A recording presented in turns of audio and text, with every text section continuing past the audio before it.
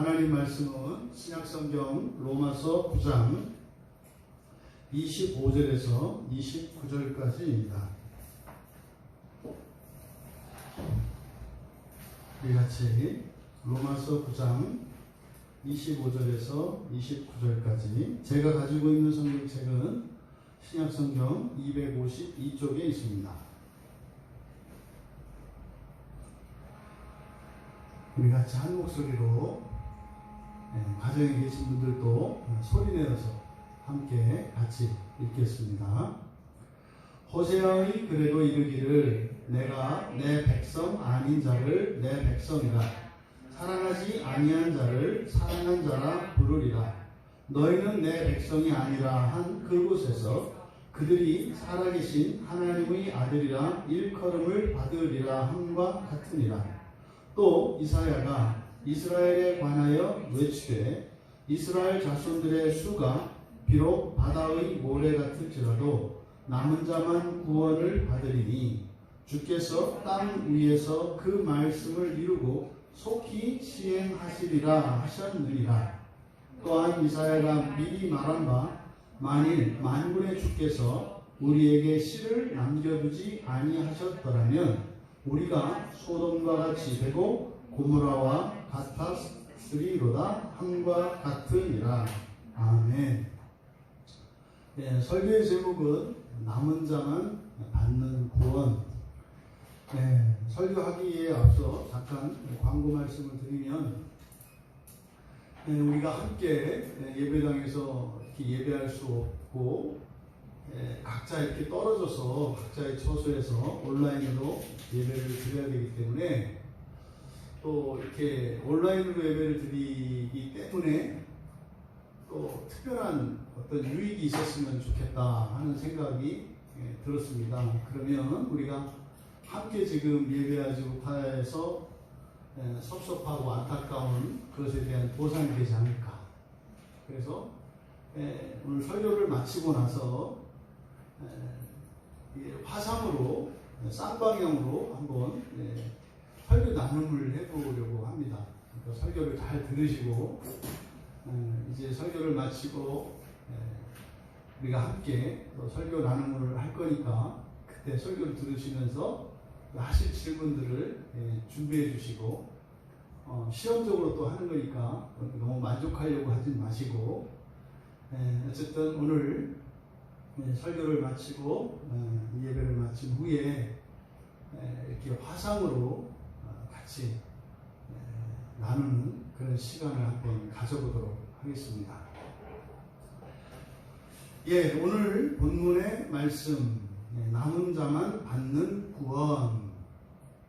오늘 사도 바울께서 하신 이 말씀에는 구약 성경의 호세아 선지자의 말씀과 이사야 선지자의 말씀들을 인용하고 있습니다.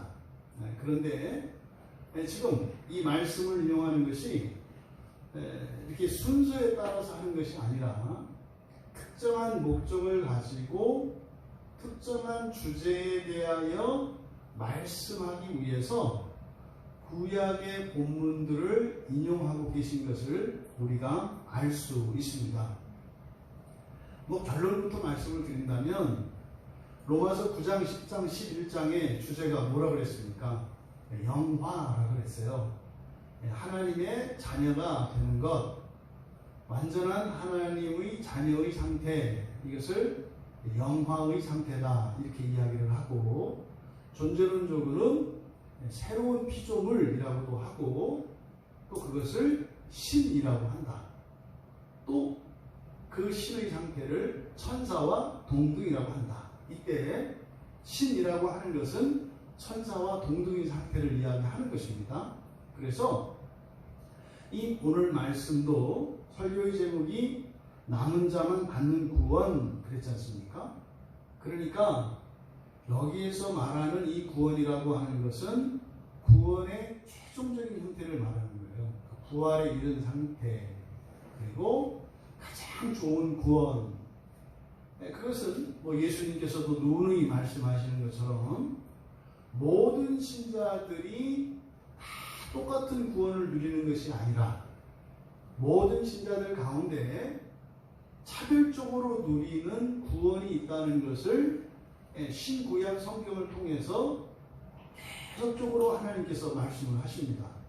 그러니까 지금 여기서 말하는 이 구원이라고 하는 이것은, 그래서 예수를 믿으면 얻는 구원, 이것은 이제 종말의 부활이라고 했습니다. 예수를 믿음으로 모든 신자들이 함께 누리는 구원, 이것이 종말 이후의 부활입니다.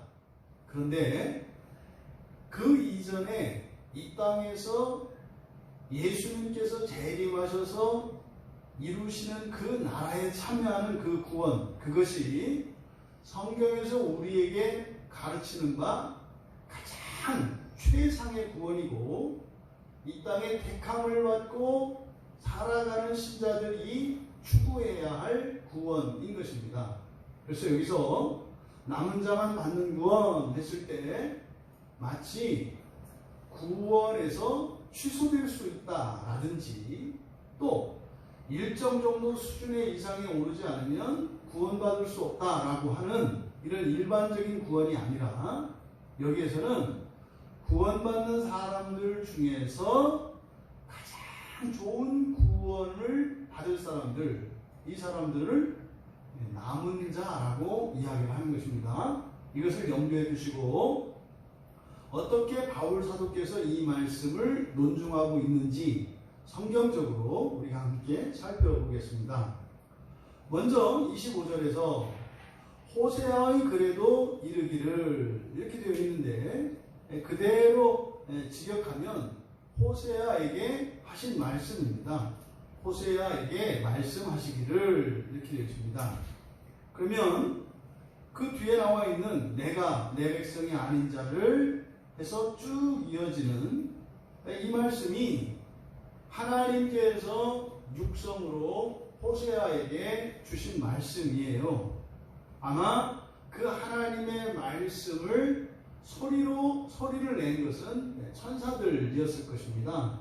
여호와의 사자가 호세아 선지자에게 나타나서 호세아가 알아들을 수 있는, 호세아가 사용했던 당시의 언어로 소리를 내서 호세아에게 들려준 것이죠. 이 말씀은 호세아서 2장 23절에 있는 내용입니다. 구약성경 호세아 2장 23절에 가면 내가 나를 위하여 그를 이 땅에 심고 긍휼히 여김을 받지 못하였던 자를 긍휼히 여기며 내 백성 아니었던 자에게 향하여 이르기를 너는 내 백성이라 하리니 그들은 이르기를 주는 내 하나님이시다 하리라 하시니라.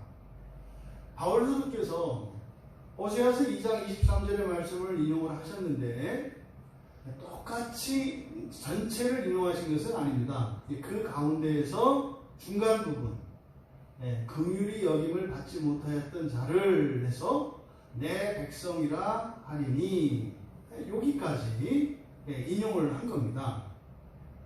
그러면 호세아 선지자의 말씀을 인용을 하는데 이제 실제로 뒤에 이어지는 그 내용은 호세아 1장 10절에 있는 내용이에요.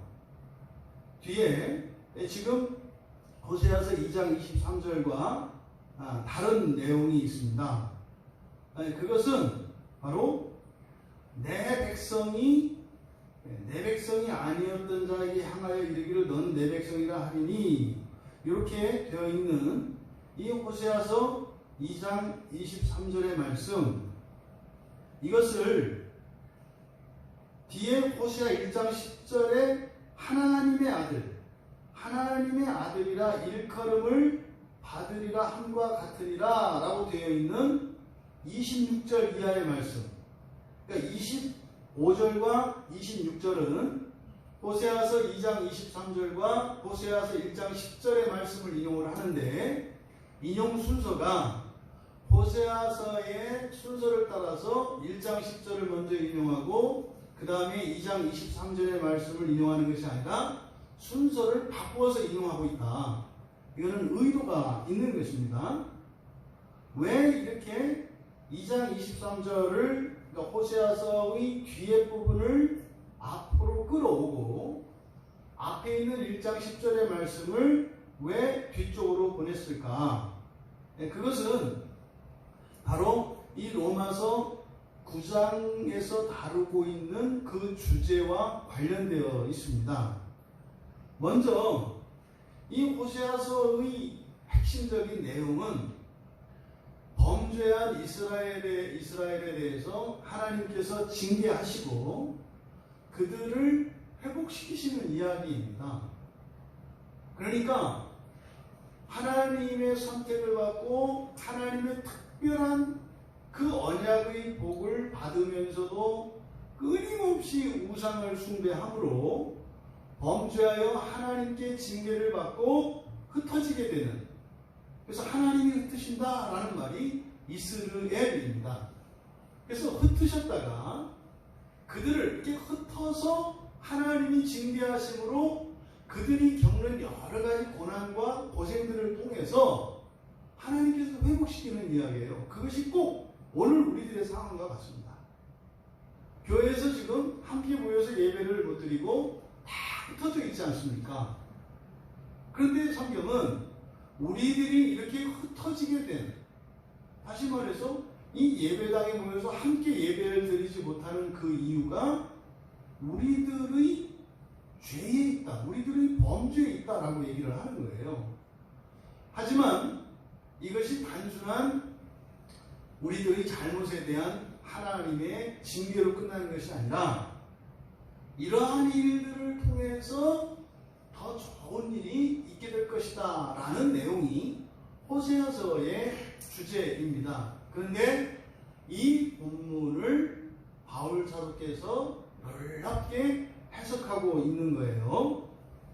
먼저 내가 내 백성이 아닌 자를 내 백성이라 하리니, 그러니까 내 백성이 아닌 자를 내 백성이라 한다.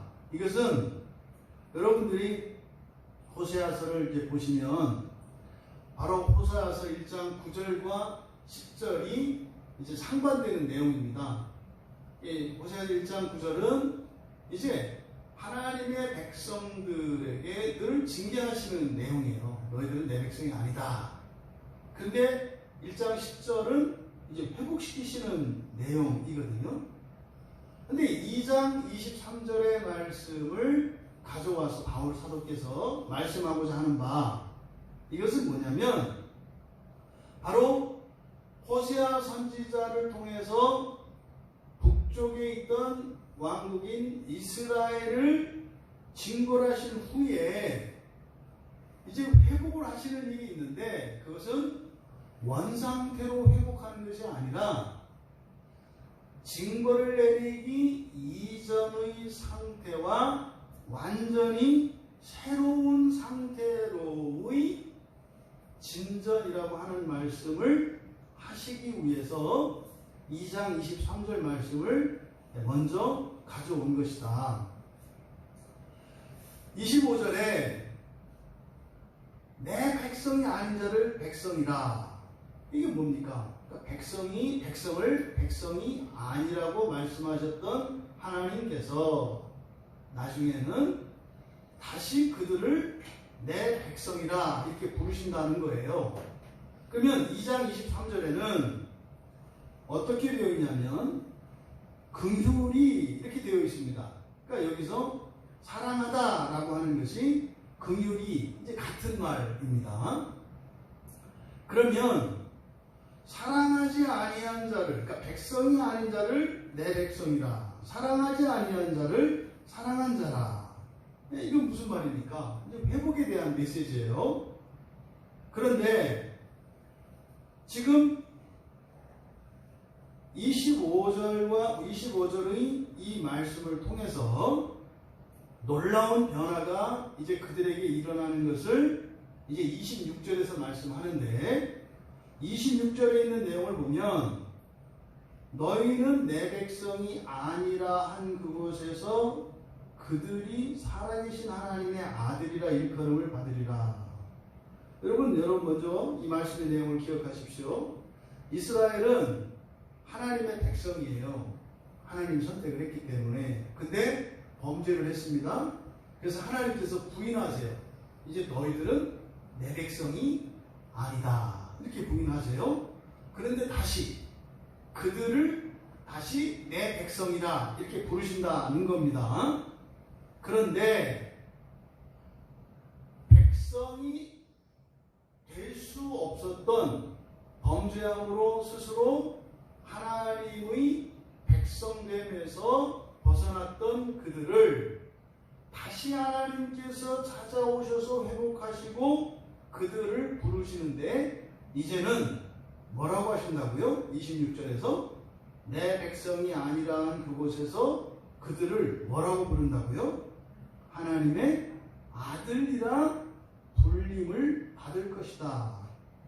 지금 26절에서는 핵심어가 백성과 하나님의 아들입니다. 백성과 하나님의 아들. 그러니까 하나님의 징계를 받았던 이스라엘 백성들을 하나님께서 회복하실 때 다시 하나님의 백성으로 회복시키는 것이 아니라 이제는 누구로 회복을 시키신다고요? 살아계신 하나님의 아들로 회복시키신다는 겁니다. 이것이 사실은 가장 핵심적인 말입니다. 지금 바울 사도께서 놀라운 이야기를 하고 있는 거죠. 바울 사도께서 예전에 그저 바리새인으로 살아가실 때 예수 그리스도를 영접하시기 이전에는 이 호세아서를 수십 번 수백 번 읽었었겠습니다만 이 호세아서에 담긴 놀라운 영적인 진리를 발견하지 못했었습니다. 그런데 이 호세아서에서 놀라운 발견을 한 거예요. 바로 뭡니까? 복음의 핵심이 뭐라고 했어요? 사람의 자녀가 하나님의 자녀가 된다는 거예요. 이것을 영화라고 한다고요. 영화롭게 된다. 바로 이 놀라운 참된 복음의 진리가 호세아서 안에 있다고 하는 것을 발견하게 됐고 그것을 지금 여기서 말씀을 하려고 하는 거예요. 왜 지금 여기서 그 말씀을 한다고요? 바로 로마서 9장에서부터 이야기하고자 하는 주제가 영화이기 때문에 그렇다. 여러분, 백성 되었던 자들이 범죄함으로 인해서 백성이 아니라고 하나님으로부터 부인받았던 자들, 버려진 자들이죠.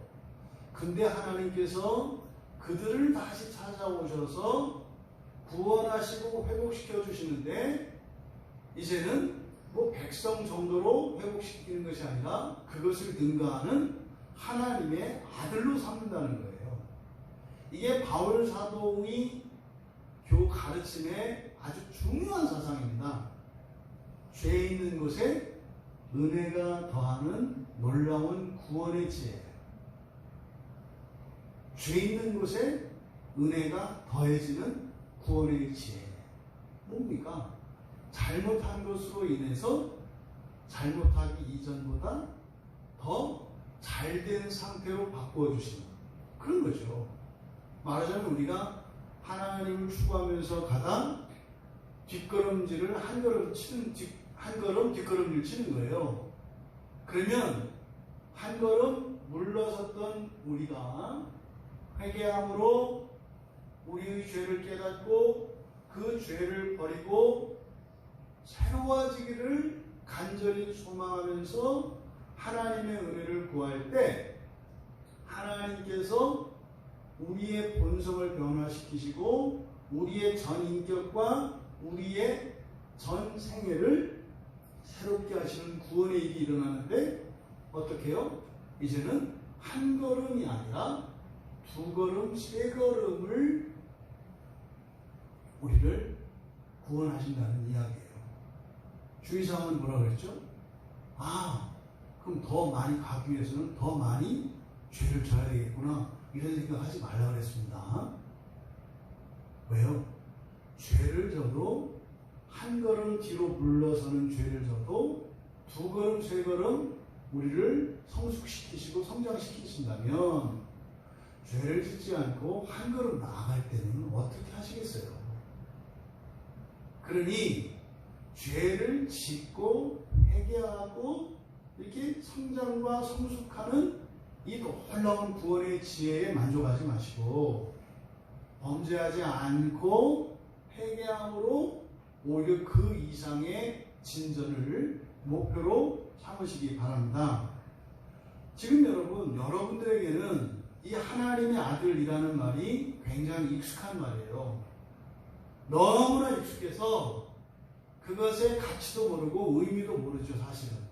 그런데 구약 성경에서 하나님의 아들이라고 하는 이 말이 제가 알기로는 이게 부정확할 수도 있겠습니다만 어쨌든 제 나름대로 열심히 찾아보고 한 결과 구약 성경에서 하나님의 아들이라고 하는 이 말은 딱 6번 사용됩니다.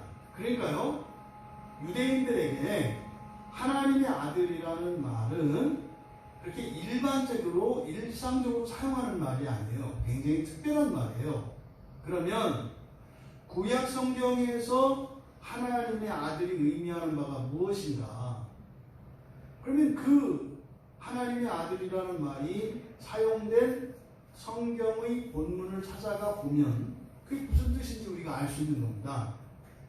창세기 6장에 2절, 창세기 6장 2절과 4절, 여기에 이제 하나님의 아들들이 나옵니다. 여기에 대해서는 두 가지 해석이 있어요. 언약의 계보를 따른, 언약의 계보 안에 있는 사람들을 하나님의 아들이라고 한다. 또, 가인의 자식들, 이것을 사람의 딸들이라고 한다. 이것은 전혀 맞지 않습니다. 또, 다른데 사용된, 그런 어쨌든 창세기 6장에 사용이 된 하나님의 아들들이라고 하는 해석에 대해서는 의견이 분분하니까 그것만으로는 합의된 결론을 도출할 수가 없어요. 그러면 또 하나님의 아들이 사용이 된 다른 본문을 보면 알죠. 거기가 어디냐면 욥기입니다. 사실은 욥기에 가장 많이 쓰였죠. 욥기에 3분이 쓰여요. 욥기 1장 6절, 2장 1절, 그리고 38장 7절에 이렇게 3번이 쓰입니다. 그리고 여기 호세아 1장 10절에 한 번, 그래서 총 6번이 쓰여요. 그러면 여기 호세아 1장 10절도 사실 여기서 말하는 백성이 아니라는 그곳에서 너희를 하나님의 아들이라 일컬음을 받게 될 것이다 할 때 이 하나님의 아들이 정확하지 않습니다. 그러면 가장 많이 사용이 된 욥기에서는 하나님의 아들이 누구를 지칭하는지 분명하게 나와요. 그건 바로 천사들이에요. 영적인 존재들을 가리켜 하나님의 아들이라고 합니다.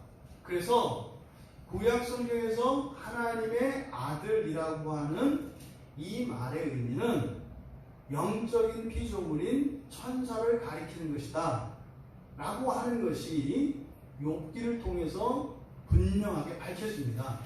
그러면 창세기 6장과 호세아 1장에 사용된 이 말씀도 바로 똑같이 영적 피조물인 천사로 이해해야 맞다 이 말이에요. 사실상 이 하나님의 아들로 지칭되는 이 천사들이 구약 성경에서 또 사용되는 말이 있어요. 엘이라는 말로 사용돼요. 엘. 그러니까 천사들 보통 하나님으로 우리말 성경에 번역이 되어 있고 또 신으로 번역이 되기도 한 겁니다. 그래서 엘 또는 엘로힘으로 번역되어 있는 이것이 바로 하나님의 아들을 지칭하는 것이다. 존재론적으로는 바로 천사들을 나타내는 것이다. 이렇게 정리를 하고 보면 바로 호세아서를 통해서 바울 사도가 호세아서를 인용을 해서 바울 사도께서 지금 여기서 말씀하시려고 하는 게 뭡니까? 하나님의 부르심을 받고 이 땅에 태어나고 이제 우리 같은 경우 예수 그리스도를 믿고 그리스도인이 되었어요. 그런데 사는 내내 끊임없이 불순종하고 끊임없이 범죄하며 살아갑니다. 이것이 구약을 보면 이스라엘의 상태예요. 오늘 우리의 이 상황이죠. 지금 다 흩어져서 각자의 처소에 뿔뿔이 흩어져 있는 이 상황. 이게 이스라엘의 상태예요. 그런데 그러한 우리들을, 그러니까 사람으로서도 불충분한 우리들을 하나님께서 이 땅에 오셨죠. 예수 그리스도께서 이 땅에 오셨지 않습니까? 이게 다시 회복시키시는 사건이에요. 오늘날 우리들이 시간적으로 이렇게 불순종하는 것이나 구약의 백성들이 불순종하는 것이나 시간적으로는 그들이 앞서고 우리가 뒤서고 그 중간에 예수 그리스도가 있습니다만 하나님의 이 구원의 시간표를 보면 구약의 백성들이나 우리들이나 똑같은 인생 백년 안에서 하나님의 구원을 얻었지만 여전히 불순종하면서 살아가요. 그런 우리들에게 주님이 오셔서 회복시키신다고요. 그게 구약의 백성들에게 이미 일어났죠. 그게 초림으로 오신 예수 그리스도예요. 아기 예수로 오셔서 십자가에 죽으셨지 않습니까? 그러면 신약의 백성들에게도 동일하게 예수님이 우리를 구원하시기 위하여 오신다는 거예요. 이것을 재림하시는 예수라고 이야기를 합니다. 그러면 처음에 오셔서 십자가를 통해서, 십자가 사건을 통해서 유다 백성들의 구약의 이스라엘 자손들의 죄의 문제를 완전히 해결해 주셨어요. 그리고 이제 신약의 백성들을 통해서 그 이후에 오신 예수 그리스도를 통해서 그 완전한 구원을 이루신다는 거예요. 바울 사도가 지금 말씀하려고 하는 것이.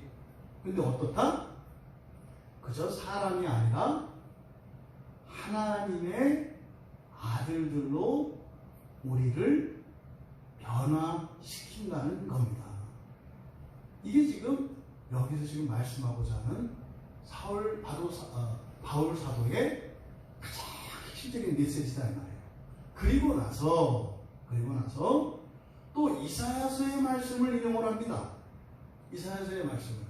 그러니까 이사야 선지자의 말씀을 통해서 다시 한번 호세아서를 통해서 발견하였던 하나님이 아브라함을 택하셔서 그 이후에 야곱의 12아들, 즉 아브라함의 이 자손들을 구원하신 게 단지 가나안 땅에 들어가서 살게 하신 이 정도가 아니라 이 세상을 넘어서 영원한 그 하나님 나라에 들어가서 살게 하시는 것이고, 그 하나님 나라에 들어가기 위해서는 바로 택함을 받은 사람들을 사람이 아니라 사람을 초월하는 하나님과 천사와 동등인 존재로 본성을 바꾸시는 일이 일어나는 것이구나.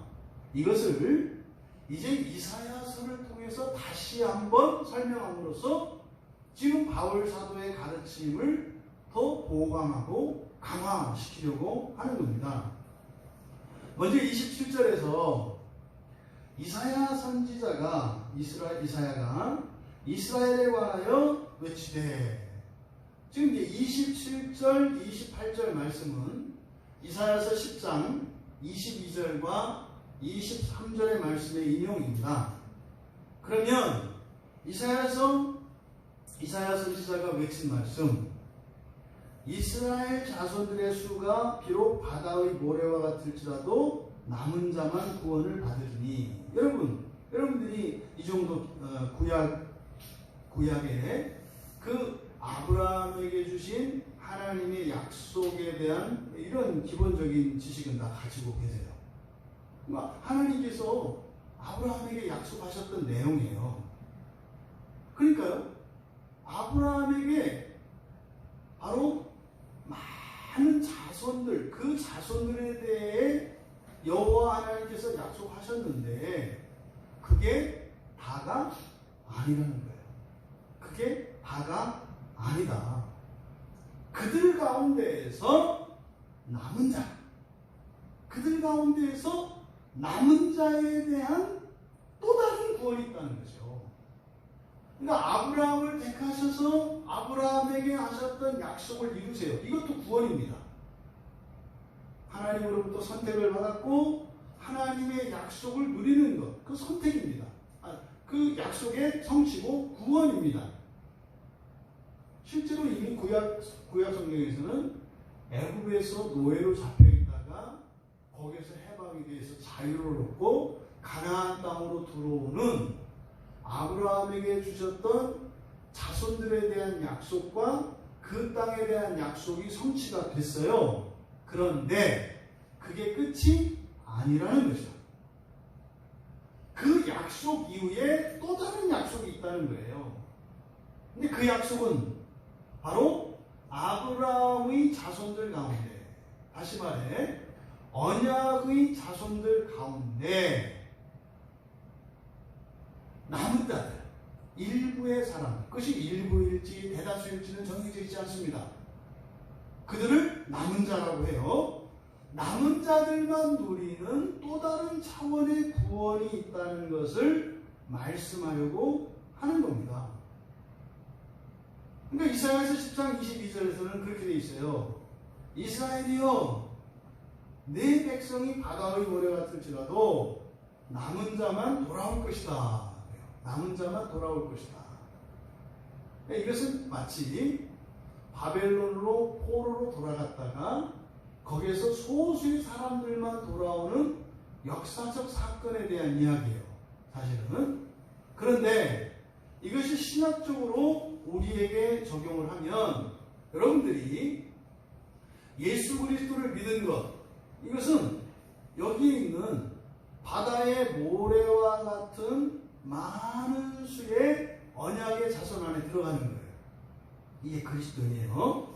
그런데 그들 가운데에서 그 남은 자만 받는 구원이 있다는 사실을 바울 사도께서 말씀하려고 하는 거예요. 여기서 그 남은 자라고 남은 자라고 이야기한 27절의 이 말씀과 29절에도 보면 남겨두다라고 하는 말이 있어요. 이건 전혀 다른 말입니다. 27절에 남기다라고 남겨두다라는 말과 29절에 남겨두다라는 말은 전혀 다른 단어이고 전혀 다른 의미이다. 여기에서 지금 남겨졌다, 남은 자라고 하는 것은, 이 말은 피포 레이포라는 말이에요. 피포 레이포.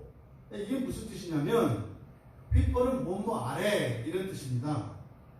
네, 레이포는 있다 뭐 이런 뜻이에요. 그러니까 아래에 남은 사람. 레이포는 그저 남아있는 사람, 남다라는 뜻인데 그 앞에 피포라는 말을 붙였어요. 이게 성경에서 여기만 쓰입니다. 그러면 피포 레이포는 무엇 아래에 남은 자 이런 뜻이에요.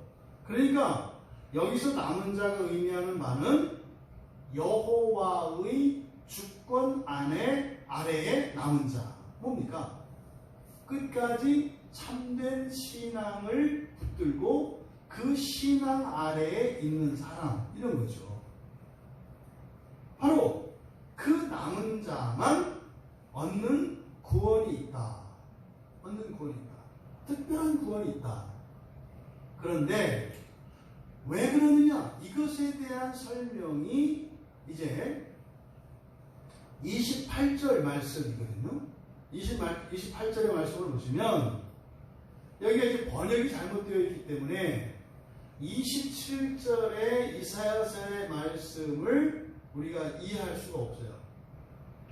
28절의 내용을 먼저 바로 잡으면 맨 앞에 28절의 맨 앞에 가르, 왜냐하면 이라고 하는 접속사가 있습니다. 그래서 27절의 내용은 뭐라고요? 바로 예수를 믿는 사람들 가운데에서도, 다시 말해 종말에 그 부활에 이르게 되는 믿음으로 얻는 구원을 받은 사람들 중에서 특별히 또 다른 구원을 받는 자들에 대한 이야기예요. 왜 이런 일이 일어나는가? 그것을 28절에서 왜냐하면 이렇게 설명을 하는데, 지금 28절에 있는 본문에서 여러분 성경책에다가 이루고 라는 말과 속히라는 말을 따로따로 밑줄을 치시든지 동그라미를 하시든지 따로 표시를 하세요. 여기서 이루고와 속히는 잘못된 번역입니다. 이제 우리말은 그냥 그 말씀을 이루고 속히 시행하시리라 이렇게 되어 있어서 뭡니까? 그 말씀을 반드시 이루고 그런데 빨리 행하실 것이다. 이게 도대체 무슨 말인지 알아들을 수가 없어요. 근데 지금 여기서 이루고라고 번역된 이 단어가 무슨 말이냐면 쉰텔레오라는 말이에요. 쉰텔레오. 텔레오라는 말이 목표, 목적지, 목표에 다르다, 다다르다, 이르다. 그래서 이거 뭐요? 다 마치다라는 뜻이에요. 마치다. 그래서 이루다, 달성하다, 완성하다 뭐 이런 의미를 합니다. 그러니까 목표까지 다 간 거죠. 그게 바로 여기에 사용된 텔레오라는 말인데 그 앞에 쉰이라는 말을 붙였어요. 이 쉰은 함께라는 뜻이에요. 함께. 이 쉰이라고 하는 것을 말하자면 이런 거죠. 동서남북 네 방향이 있어요. 우리가 호수나 이런 호수에 돌을 하나 딱 던지면 파문이 일어나죠. 딱 던지면 물결이 동심원을 그리면서 막 퍼져나가잖아요. 어느 방향으로 나가요? 그냥 사방팔방 모든 방향으로 다 나가죠. 이게 쉰이에요. 쉰. 그러니까 쉰텔레오니까 지금 이것은 사실 여기서 이 쉰텔레오라고 하는 말을 만들어서 사용하는 것은 모든 것을 동시에 완성하는 이런 의미예요. 그러니까 지금 우리말 성경에 이루고라고 번역되어 있는 이 말의 정확한 뜻은 모든 것을 동시에 완성하는 이라는 말이에요. 그 다음에 속히라고 번역된 이 단어는 마찬가지로 쉰이라는 말이 사용이 되고 템노라는 말, 템노. 여기서 템노, 그래서 이 템노는 쪼개다, 자르다, 분해하다, 뭐 이런 뜻이에요. 이 템노라는 말이. 그러면 템노니까 또 어떻게 되는 거예요? 모든 것을 동시에 쪼개는, 모든 것을 동시에 가르는 이런 의미예요. 그러니까 쉰텔레오라고 하는 말과 쉰템노라고 하는 이 말은 정반대 개념이에요. 쉰템노는 뭡니까? 완벽하게 분해하는 거예요. 완벽하게 분해하는 거예요. 그리고 쉰텔레오라는 말은 완벽하게 모든 것을 완성시키는 거예요. 지금 이 두 말, 이루고와 속히라고 이렇게 번역이 된 이 단어는 전부 말씀을 수식하는 말입니다. 그러니까 하나님의 말씀의 속성을 설명하는 것이 이루고 속히라고 하는 이 말인데 전혀 번역이 안 되어 있다. 그러니까 하나님의 말씀의 속성이 어떻다는 겁니까? 모든 것을 동시에 완벽하게 다 쪼개요. 또 모든 것을 동시에 완성시켜요. 이게 하나님의 말씀이에요. 그래서 우리 안에는 하나님의 말씀을 들으면 어떤 일이 일어나요? 우리 안에 있는 죄가 분리가 돼요. 왜요? 이 쉰템노 현상 때문에 그러는 거죠. 죄를 분리시킨다고요, 말씀이. 또 동시에 그와 동시에 우리의 본성의 변화가 일어나죠. 이게 쉰텔레오 현상인 거예요. 우리를 완성시키는 일이 일어나죠. 그래서 죄를 드러내서 죄를 분리시키시고 그러면서 우리의 본성을 완전한 하나님의 형상을 담도록 완성시키는 일이 동시에 일어나요. 이게 지금 말씀의 특성을 설명하고 있는 겁니다. 굉장히 중요한 말이죠. 그러니까 이것을 이 단어의 개념을 넣어서 그대로 번역하면 어떻게 되는 겁니까? 왜냐하면 왜냐하면 주께서 땅 위에서 모든 것을 동시에 쪼개고 모든 것을 동시에 완성시키는 말씀을 시행할 것이라고 하셨기 때문이다. 이게 지금 27절에 대한 설명이에요. 왜 아브라함에게 하셨던 그 약속이 성취되는 것으로 끝나지 않고 또 다른 구원이 있는 것일까?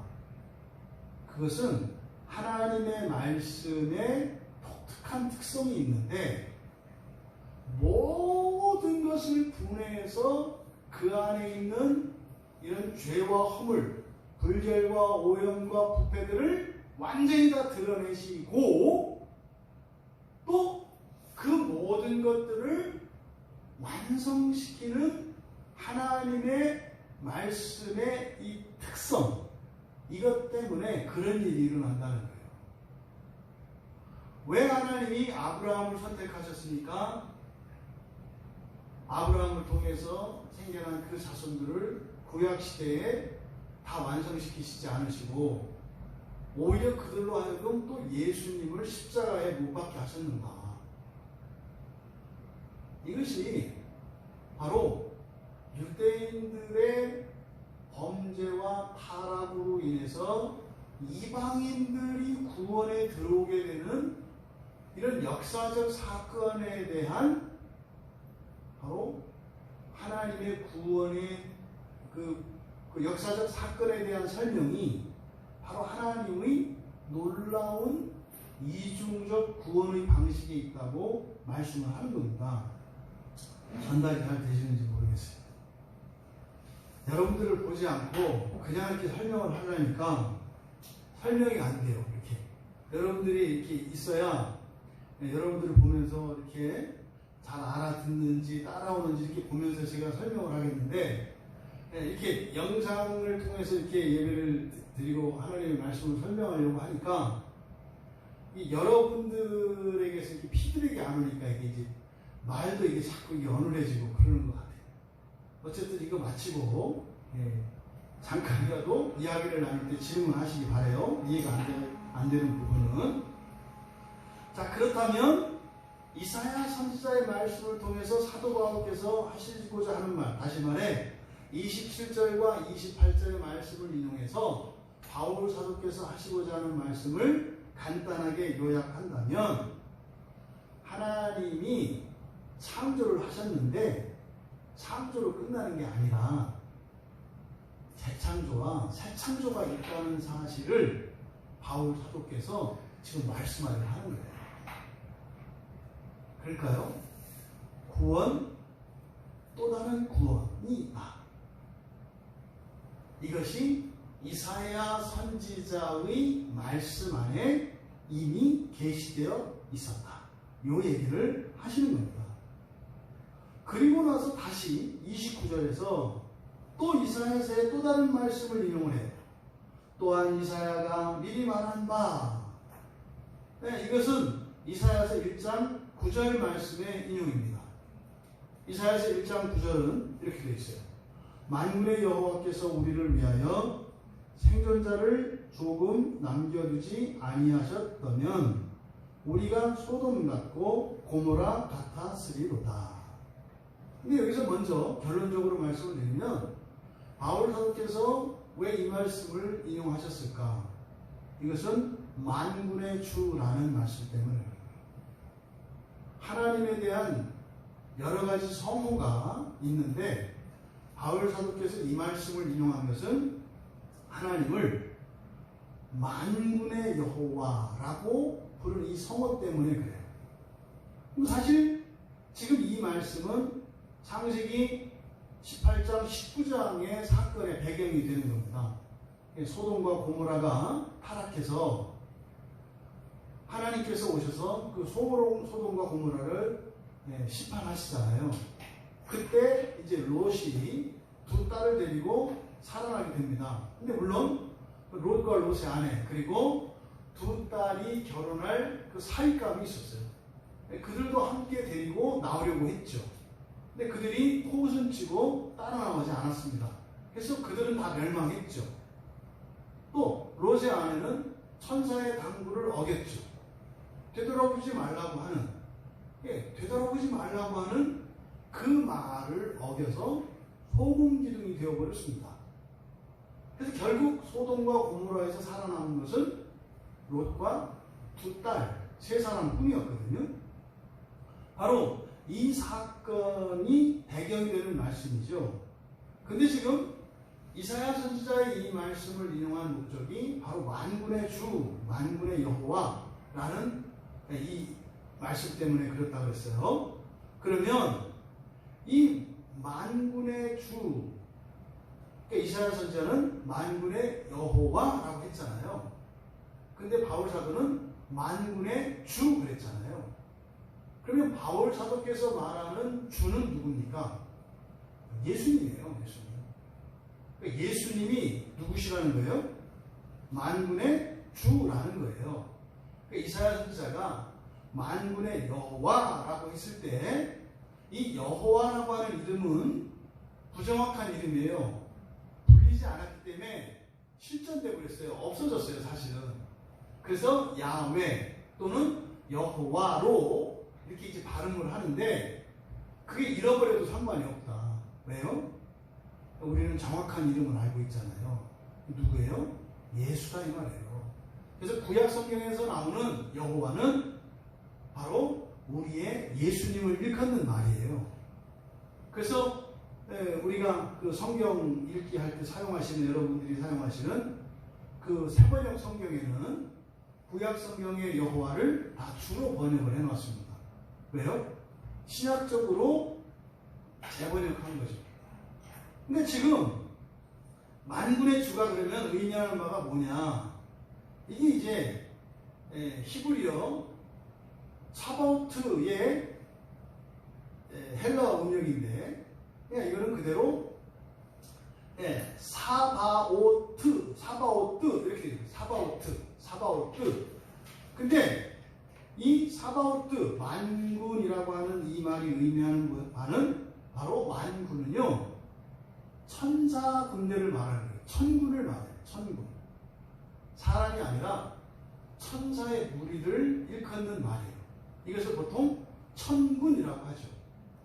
그래서 만군 할 때 이 만에 해당되는 게 누구예요? 천사들이에요. 천사의 군대. 근데 왜 예수님을 천군의 주라고 했을까? 앞에서 하나님의 아들이라고 한 것과 관계되어 있죠. 예수님이 이 땅에 사실 때는 누구의 주님이었어요? 우리들의 주님. 그때 당시에 베드로, 요한, 야고보하는 예수님의 사도들, 이들이 예수님을 주님이라고 불렀잖아요. 그 주님이라고 불렀던 그들은 누구였어요? 사람들이었어요. 사람들. 근데 그 사람들이 어떻게 불릴 거라고요? 하나님의 아들들이라고 불릴 거라고요. 누구예요? 천사와 동등인 존재, 신적 존재라고 불릴 거라고요. 그러면 사람들의 주 되셨던 예수가 이제는 누구의 주가 돼요? 바로 천사들, 신적 존재들의 주가 된다 이 말이에요. 이게 계시록에 가면 어떻게 된다 했습니까? 모든 천사가 비로소 주님 앞에 경배하게 돼요. 경배하게 돼요. 지금 요 이야기를 하려고 하는 거죠. 그러니까 하나님에 대한 성호인 만군의 주, 이것은 타락하고 불순종하고 범죄해서 하나님의 징계를 받고 그 이후에 회복되어질 때 부어지는 은혜가 어떤 은혜다? 새로운 은혜다. 완전히 새로운 은혜다. 요 이야기를 하는 거죠. 그래서 이 씨를 남겨두다 라고 하는, 여기서 이제 29절에서 씨를 남겨두다 라고 할 때 여기에 남겨두다 라고 사용된 이 말은 엔카타 레이포 이렇게 되어 있습니다. 엔카타 레이포. 이거는 산채로 남겨두다 이런 뜻이에요. 산채로 남겨두다. 그러니까 29절에서 씨를 남겨두지 않으셨더라면 할 때 이 씨는 누구겠어요? 소돔과 고모라 사건에서 롯과 두 딸을 가리키는 말이에요. 그러니까 그들을 살려두지 않으셨더라면 이거죠. 그랬다면 그 이후에 롯의 자손들이 어떻게 됐겠어요? 다 없어졌겠죠. 그들을 살려뒀기 때문에 그 이후에 롯의 자손들이 계속 살아남았지 않습니까? 이와 같이 우리들이 죄 가운데 있음에도 불구하고 여전히 그리스도인으로 이 땅에 남겨두셨어요. 그럼 여기서 남겨둔 자, 그러니까 살려주신 자라고 하는 말은 누굽니까? 완전한 롯만이 아니라 완전하지 않고 뒤에 가서 범죄하게 되는 두 딸도 포함되어 있어요. 그런데요, 이들은 앞에서 이야기했던 27절에서 이야기한 남은 자, 이 남은 자는 누구라고 했어요? 하나님 주권 아래 있는 자. 오늘날 우리들로 말하면 여러분들이 기독교인으로서 온전한 신앙을 가지고 버티는 자들이에요. 이게 기독교인 참된 신자 그랬을 때 이것이 그 사람의 인격이나 어떤 경건의 모습이나 어떤 신앙의 수준 이런 걸 말하는 게 아니에요. 참된 신앙은 뭡니까? 내가 하나님의 백성들 자격도 안 되는 내가 하나님의 은혜를 믿고 그것을 소망하면서 은혜의 방편을 추구하며 끝까지 하나님의 은혜 아래 그 주권 아래 남아있으면 주님께서 나를 완성시킬 것이라고 믿고 살아가는 사람들이에요. 이 남겨진 자들은요, 신앙생활 열심히 하고 기도 잘하고 성경 많이 알고 이런 사람을 말하는 게 아니에요. 주님께서 산상수훈에서 말씀하셨던 것 같이 오히려 사람들이 보기에는 연약하고 불쌍하고 실패한 것 같이 보이는 사람들이에요. 남은 자라고 하는 거죠. 여러분, 만약에 하나님께서 소돔과 고모라 성을 멸망시키실 때, 진멸시키실 때 그들을 하나님께서 남겨두지 않으셨더라면, 다시 말해서 천사들로 하여금 그들로 하여금 도피하도록 하지 않으셨더라면 그 세 사람도 살아남을 수 없었겠죠. 오늘날 우리도 마찬가지라는 거예요. 그걸 누가 이루신다고요? 하나님께서. 우리 주님께서 구원받은 자 가운데서만 또 구원하시는 또 다른 새로운 차원의 그 구원, 그 뭡니까? 하나님의 아들 되는 것. 그래서 예수님이 그저 단순한 사람의 주가 아니라 영적인 피조물을 드린 천사의 주가 되게 하시는 그 놀라운 구원으로 주님께서 이루신다고 하는 사실이에요. 이 말씀을 통해서 우리가 첫 번째로 구원 외에 또 다른 구원이 있다는 것을 알아야겠다. 예수를 믿는 것으로 끝난 게 아니다. 뭐 해야 된다? 끝까지 살아남아야 한다. 살아남아야 한다. 그랬을 때 구원받은 자들 가운데에서 제한된 사람들만 누릴 수 있는 새롭고 완전히 다른 차원의 구원이 있다는 사실을 여러분들이 기억하셔야 하는 겁니다. 여러분, 이 소돔과 고모라, 이것은 성경에서 소돔과 고모라에 대한 설명들을 보면 베드로후서 2장 6절에서는 경건하지 않은 자들의 본이라고 해요. 소돔과 고모라. 경건하지 않은 자들의 본. 예수님께서 마태복음 10장 15절에서 심판의 날, 그 심판의 날은 소돔과 고모라에 비할 바가 아니다. 소돔과 고모라에 일어났던 그 심판은 아무것도 아니다. 이렇게 말씀을 하세요. 그리고 이사야서 13장 19절에서는 소돔과 고모라에 대해서 이사야 선지자가 언급할 때 열국의 영광이요 갈대아 사람이 자랑하는 놀이개가 된 바벨론이라고 해요. 그러니까 바벨론에 대해서 소돔과 고모라라고 해요. 여러분, 그러면 우리 그리스도인들에게 바벨론은 뭡니까? 교회 안 다니는 게 아니에요. 그렇게 적용하면 안 돼요. 예수를 믿고 이 세상을 살아가면서 그저 이 세상에서 잘 먹고 잘 사는 거, 다른 사람들보다 좀 더 나아지는 거, 일반적으로 교회 안에 있는 사람들이 바라는 아주 세속적이고 물질적인 성공과 현세적인 영광을 가리키는 말이에요. 이사야 선지자가 이야기한 바벨론은 불신자들을 가리키는 말이 아니에요.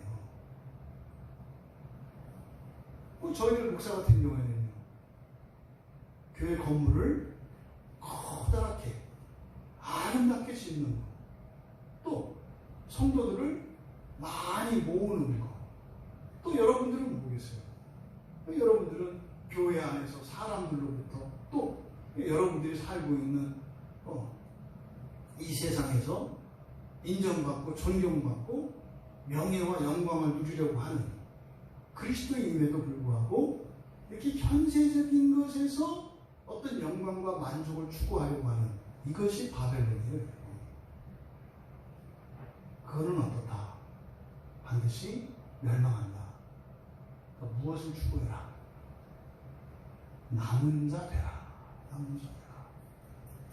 반드시 여러분들이 예수를 믿는 것으로 현세적인 도움을 받는 것에서 그치지 하지 마시고 오히려 그것을 뛰어넘는 남은 자들에게 주시는 하나님의 아들 되는 궁극적인 구원을 위하여 살아가시는 우리